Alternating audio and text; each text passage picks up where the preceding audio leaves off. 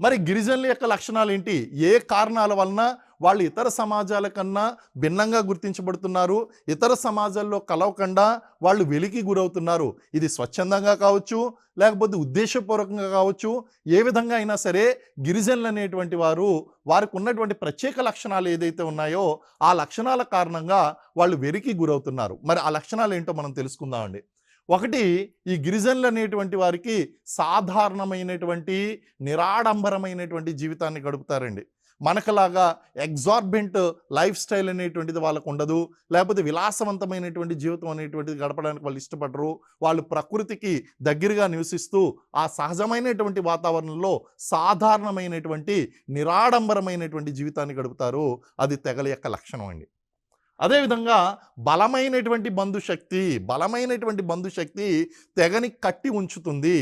ఒక రకంగా చెప్పాలి అంటే తెగలో ఉన్నటువంటి సభ్యులందరూ కూడా బంధుత్వ సంబంధాల మీద, బలమైనటువంటి బంధుశక్తి మీద ఆధారపడినటువంటి ఒక సమూహంగా మనం చెప్పచ్చు. మరి బంధుత్వాలనేటువంటివి మనకు కూడా ఉంటాయి కదా! మరి తెగలో ఉన్నటువంటి బంధుశక్తికి ఏంటి అంత ప్రత్యేక లక్షణంగా మనం చెప్తాము అంటే, ఏదైనా ఒక ప్రాంతంలో నివసిస్తున్నటువంటి గిరిజన సమూహాన్ని గనక మీరు అధ్యయనం చేసినట్లయితే, ఆ తెగలో నివసిస్తున్నటువంటి వారందరూ కూడా వాళ్ళు అన్నా చెల్లెలు బిడ్డలో, లేతే చిన్నాన్నల బిడ్డలో, లేతే దగ్గర బంధువులో, లేదా దూర బంధువులుగో వారు ఒకరిని ఒకరు ఆదుకోవడం కోసం.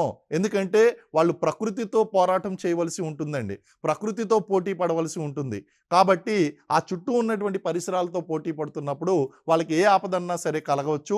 అలాంటి సందర్భంలో వాళ్ళు ఏం చేస్తారు అంటే దగ్గర బంధువుల్ని తమ యొక్క సహాయం కోసం ఎంచుకుంటారు. కాబట్టి దగ్గరగా ఉన్నటువంటి ఆధారపడినటువంటి ఒక సమూహము. ఇది బలమైనటువంటి బంధుశక్తికి స్ట్రాంగ్ కిన్‌షిప్ రిలేషన్స్ అనేటువంటివి మనకి తెగల యొక్క లక్షణంగా మనం చెప్తామండి. అలాగే వీళ్ళు నివసించేటువంటి ప్రాంతాలు గనక మనం చూసినట్లయితే అవి నిర్జన ప్రాంతాలు, దుర్గమ ప్రాంతాలుగా ఉంటాయి.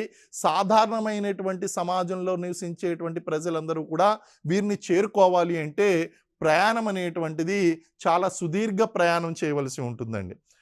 కొన్ని సార్లు ఏం జరుగుతుందంటే వీళ్ళు నివసించేటువంటి ప్రాంతాలకు మనం చేరుకోవాలి అంటే గనక మనం కాలినడకన కూడా వెళ్ళడానికి కష్టపడేటువంటి దారులు, అలాంటి ఇంటీరియర్ అంటే లోపల ఉన్నటువంటి ప్రాంతాల్లో అడవుల్లో వీళ్ళు నివసిస్తూ ఉంటారు. అందుగురించి వీళ్ళని గిరిజనులు అన్నారు. గిరిజనులు అంటే గిరి అంటే కొండలు, జనులు అంటే నివసించేటువంటి వారు, కొండల్లో నివసించేటువంటి వారు.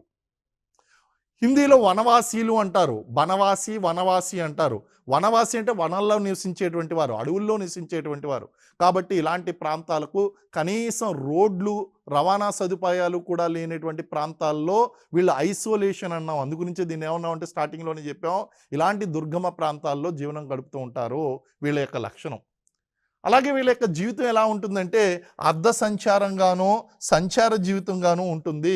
వాళ్ళు స్థిరమైనటువంటి ప్రాంతాలకు వాళ్ళు కదులుతూ ఉంటారు. వేసవకాలంలో ఒక ప్రాంతానికి, లేతే వర్షాకాలంలో ఒక ప్రాంతానికి, వర్షాకాలంలో సాధారణంగా ఎత్తైనటువంటి ప్రాంతాలకు వెళ్ళిపోతూ ఉంటారు. అలాగే వేసవకాలంలో మైదాన ప్రాంతాలకు వస్తూ ఉంటారండి. కారణం ఏంటి అంటే అక్కడ వచ్చేటువంటి వరదలు కావచ్చు, ప్రకృతి వైపరీత్యాలు కావచ్చు, అలాగే ఆహారాన్వేషణను అనుసరించి వీళ్ళు, ఎందుకంటే చాలా గిరిజన తెగలు ఇప్పటికీ కూడా ఆహార సంగ్రహణ దశలో ఉన్నాయి. ఆహారోత్పత్తి దశకు వెళ్ళలేదు. They are basically food gatherers. అంటే వాళ్ళు అక్కడ అడవుల్లో ఉండేటువంటి ఆ యొక్క ఫలాలను, లేకపోతే దుంపలను, లేదా అడవుల్లో ఉండేటువంటి జంతువుల మీద ఆహారాన్ని వేట ద్వారా సేకరించుకుని, లేదా పోడు వ్యవసాయం చేస్తూ దుంపల్ని సేకరించుకుని ఆ విధంగా వాళ్ళు జీవిస్తున్నారు తప్ప ఆహారోత్పత్తి దశకు వాళ్ళు వెళ్ళలేదు.